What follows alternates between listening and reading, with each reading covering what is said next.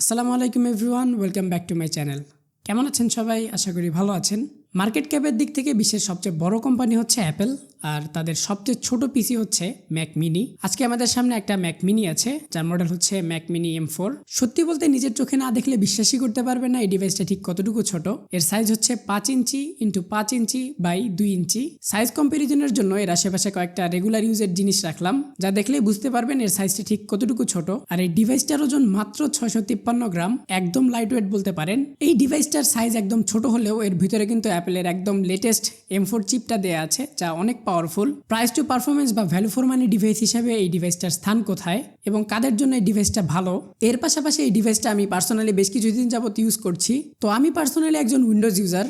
Windows operating system থেকে Mac ওএসে shift হওয়ার যে প্রসেসটা আছে, এটা আমার জন্য কেমন ছিল, আমার এক্সপিরিয়েন্স কেমন ছিল, বা এর ভালো দিক বা খারাপ দিক কি কি আছে, এইসব বিষয় নিয়ে আজকের ভিডিওতে আমরা কথা বলার চেষ্টা করব। তবে তার আগে আমরা চলুন এই ডিভাইসটার আনবক্সিং দেখে নেই। যদিও এই ডিভাইসটা একটা কার্ডবোর্ড বক্সের ভিতরে থাকার কথা, তবে আমরা সেই কার্ডবোর্ড বক্স পাইনি, আমরা পেয়েছি সাদা কালারের এই বক্সটা। তবে আমাদের এই বক্সটা দুই ধাপে আনবক্স করতে হয়েছে, কারণ প্রথম ভাগে আমরা দোকানে একবার খুলে দেখে নিয়েছিলাম ডিভাইসটা ঠিকঠাক আছে কিনা।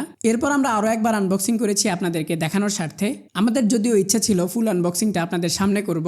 আনবক্সিং এর প্রসেসটা একদম সিম্পল ছিল। বক্সটা খুললেই প্রথমে দেখতে পাবেন আয়নার মতো চকচকে অ্যাপেল লোগোটা। এরপর আমরা মূল ডিভাইসটা পাশে রেখে বাকি কি কি পাচ্ছি সেগুলো একটু দেখে নেই। বক্সের ভিতরে পেয়ে যাচ্ছেন একটা ব্রেডেড পাওয়ার কর্ড, যার কোয়ালিটি যথেষ্ট ভালো বলতে হবে। আর এর সাইজটা মোটামুটি 6 ফুটের আশেপাশে বা 1.8 মিটার বলতে পারেন। যেহেতু এটা একটা ব্রেডেড কেবল, তাই ভালো রকম শক্তপোক্ত বলা যায়, সহজে নষ্ট হয়ে যাওয়ার সম্ভাবনা নেই। তবে সবচেয়ে ভালো বিষয় হচ্ছে কেবলটা সাথেই দিয়ে দিয়েছে, আলাদা করে কিনতে বলেনি। আর যদি নাই দিত তাহলেই বা আমরা কি করতে পারতাম, কারণ তাদের কিন্তু অভ্যাস আছে $19 ক্লিনিং ক্লথ বিক্রি করার। আর এরপর পেয়ে যাচ্ছেন কিছু পেপার ওয়ার্ক, যেখানে কোনো প্রকার স্টিকার নেই। তো এই ছিল এই বক্সের ভিতরে সবকিছু।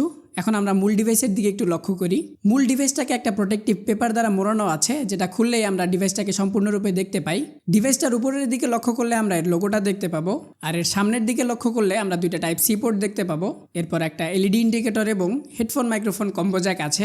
ডিভাইসটার দুই পাশে একদম ফাঁকা। পেছনের দিকে পাচ্ছেন তিনটা টাইপ সি থান্ডারবোল্ট 4 পোর্ট। এরপর আছে HDMI port, gigabit ethernet port এবং পাওয়ার কানেক্টর। আর ডিভাইসটার একদম নিচের দিকে পাচ্ছেন পাওয়ার বাটন, যেটা নিয়ে প্রায় সবাই কথা বলেছে। আসলে এরকম একটা সিদ্ধান্ত একমাত্র অ্যাপেলের মার্কেটিং টিম এবং এদের রিসার্চ এবং ডেভেলপমেন্টের যে টিমটা আছে তাদের দ্বারাই সম্ভব। তারা অনেক চিন্তা ভাবনা করে এবং রিসার্চ করে এই পাওয়ার বাটনটাকে একদম নিচে দিয়েছে, যাতে প্রতিবার এই ডিভাইসটা অন করার সময় আপনারা অ্যাপেলের রিসার্চ এবং ডেভেলপমেন্ট টিমকে বিশেষভাবে স্মরণ করেন। আর এয়ার ফ্লোর জন্য নিচের দিকে ভেন্ট দেওয়া আছে, যাতে টেবিল বা ডেস্কের উপরে রাখলে ডিভাইসটার কুলিং পারফরমেন্স ভালো থাকে।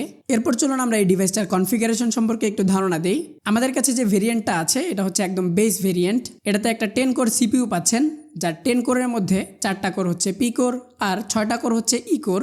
এর ই কোরের ক্লক স্পিড হচ্ছে 2.90 গিগাহার্টজ এবং পি কোরের ক্লক স্পিড হচ্ছে 4.50 গিগাহার্টজ। এই ডিভাইসটাতে মেমোরি হিসেবে 16 জিবির ইউনিফাইড মেমোরি পাচ্ছেন, যা গতবারের থেকে বেটার, কারণ এবারই প্রথম অ্যাপল তাদের কোনো ডিভাইসে বেস ভেরিয়েন্টে 16 জিবি র্যাম দিয়েছে। স্টোরেজ হিসেবে থাকছে 256 জিবি NVMe SSD Gen 3 এর SSD, যার ম্যাক্সিমাম স্পিড হচ্ছে 3500 মেগাবাইট পর্যন্ত। আর কানেক্টিভিটির জন্য Wi-Fi 6E, ব্লুটুথ 5.3 এবং গিগাবিট পোর্ট তো থাকছেই। আর জিপিইউ হিসাবে এই ডিভাইসে একটা 10 কোর জিপিইউ পাচ্ছেন, যার পারফরমেন্স অনেক ভালো। তো অন পেপার স্পেক সম্পর্কে তো জানা হয়ে গেল, এখন আমরা এর পারফরমেন্স সম্পর্কে একটু ধারণা নেব। তো পারফরমেন্স সম্পর্কে ধারণা নেওয়ার জন্য আমরা কিছু বেঞ্চমার্ক রান করেছিলাম। প্রথমে আমরা বেঞ্চমার্ক করি Cinebench R23-তে।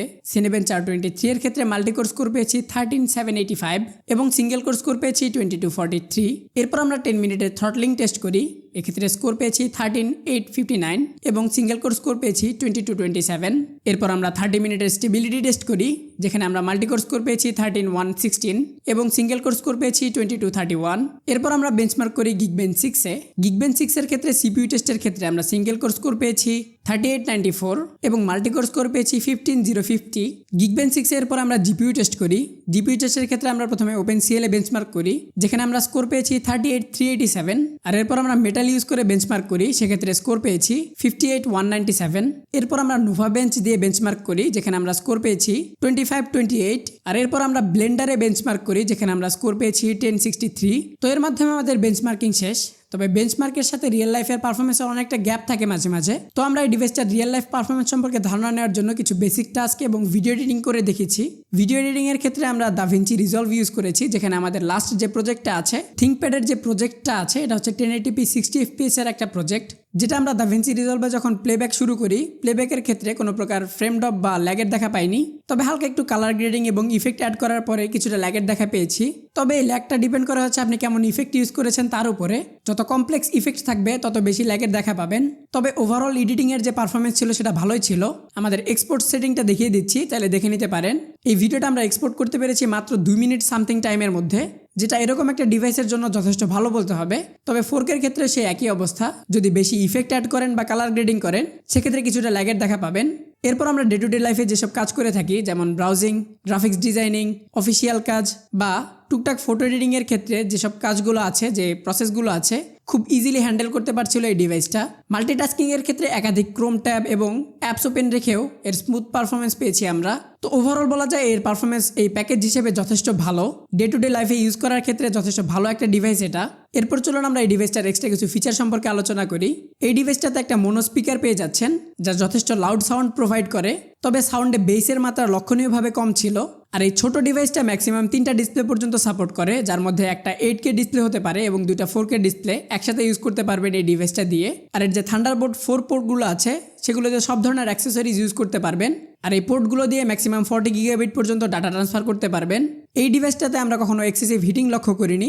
আমাদের নর্মাল কাজ, বেঞ্চমার্কিং বা হেভি টাস্কের ক্ষেত্রেও কখনো হিট হতে দেখিনি। আর এই ডিভাইসটাকে কুল করার জন্য যে ফ্যানটা আছে তার নয়েজ আমরা একবারও পাইনি, যথেষ্ট কোয়াইট বলতে পারেন। আর আরেকটা কথা না বললেই নয়, সেটা হচ্ছে এই ডিভাইসটা এক্সট্রিম লেভেলের পাওয়ার এফিসিয়েন্ট। এই ডিভাইসটা আইডিয়াল অবস্থায় মাত্র 5 ওয়াটের মতো পাওয়ার কনজিউম করে। আর এই ডিভাইসটার ম্যাক্সিমাম পাওয়ার কনজাম্পশন হচ্ছে মাত্র 65 ওয়াট, যেটা বর্তমান সময়ে ব্যবহার করা কিছু ডেস্কটপ প্রসেসরের পাওয়ার কনজাম্পশন থেকেও কম। তো এর মাধ্যমে ধারণা করতে পারছেন এই ডিভাইসটা ঠিক কতটুকু পাওয়ার এফিসিয়েন্ট। এখন আসেন এই ডিভাইসটার প্রাইসিং সম্পর্কে একটু ধারণা দেই। ইন্টারন্যাশনাল মার্কেটে এই ডিভাইসটার প্রাইস হচ্ছে $599, তবে বাংলাদেশের মার্কেটে এই ডিভাইসটা পাওয়া যাচ্ছে মোটামুটি 80,000 টাকার আশেপাশে। এই বাজেটে এবং এই ফর্ম ফ্যাক্টরে যে পারফরমেন্সটা পাচ্ছেন তার নিঃসন্দেহে প্রশংসনীয়।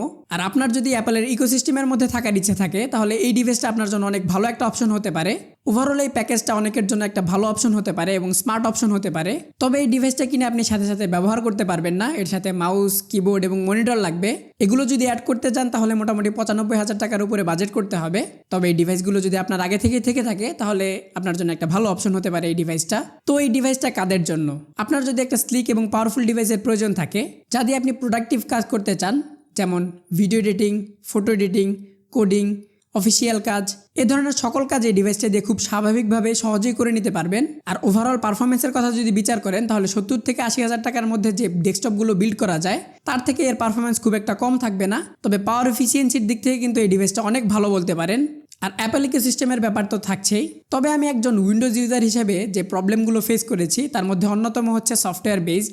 সফটওয়্যারগুলো নিয়ে একটু প্যারা খেতে হবে। তবে আপনি যখন বুঝতে পারবেন উইন্ডোজের মতো সফটওয়্যারগুলো এখানেও ইউজ করা যায়, তখন আপনার এই ঝামেলাটা আর থাকবে না। তবে কিছুটা রিসার্চের প্রয়োজন আছে। এছাড়া ইউজার ইন্টারফেস নিয়ে কিছুটা ঝামেলা হতে পারে প্রথম, তবে ওভারটাইম ইউজ করতে করতে একদম স্বাভাবিক হয়ে যাবে। এই ডিভাইসটা আমরা আরও কিছুদিন ব্যবহার করব এবং এর আশেপাশের প্রাইস রেঞ্জের যে ডিভাইসগুলো আছে, ল্যাপটপ বা ডেস্কটপ, তাদের সাথে এই ডিভাইসটার কম্পেয়ার করার চেষ্টা করব। যদি সেই ভিডিওটা মিস করতে না চান তাহলে আমাদের চ্যানেলটি সাবস্ক্রাইব করে রাখতে পারেন। এই ডিভাইস সম্পর্কে যদি আপনাদের কোনো কোশ্চেন থাকে তাহলে আমাদের কমেন্ট করে অথবা ফেসবুক পেজে মেসেজ করে জানিয়ে রাখতে পারেন। আমরা পরবর্তী ভিডিওতে সেই সম্পর্কেও জানিয়ে দেওয়ার চেষ্টা করব।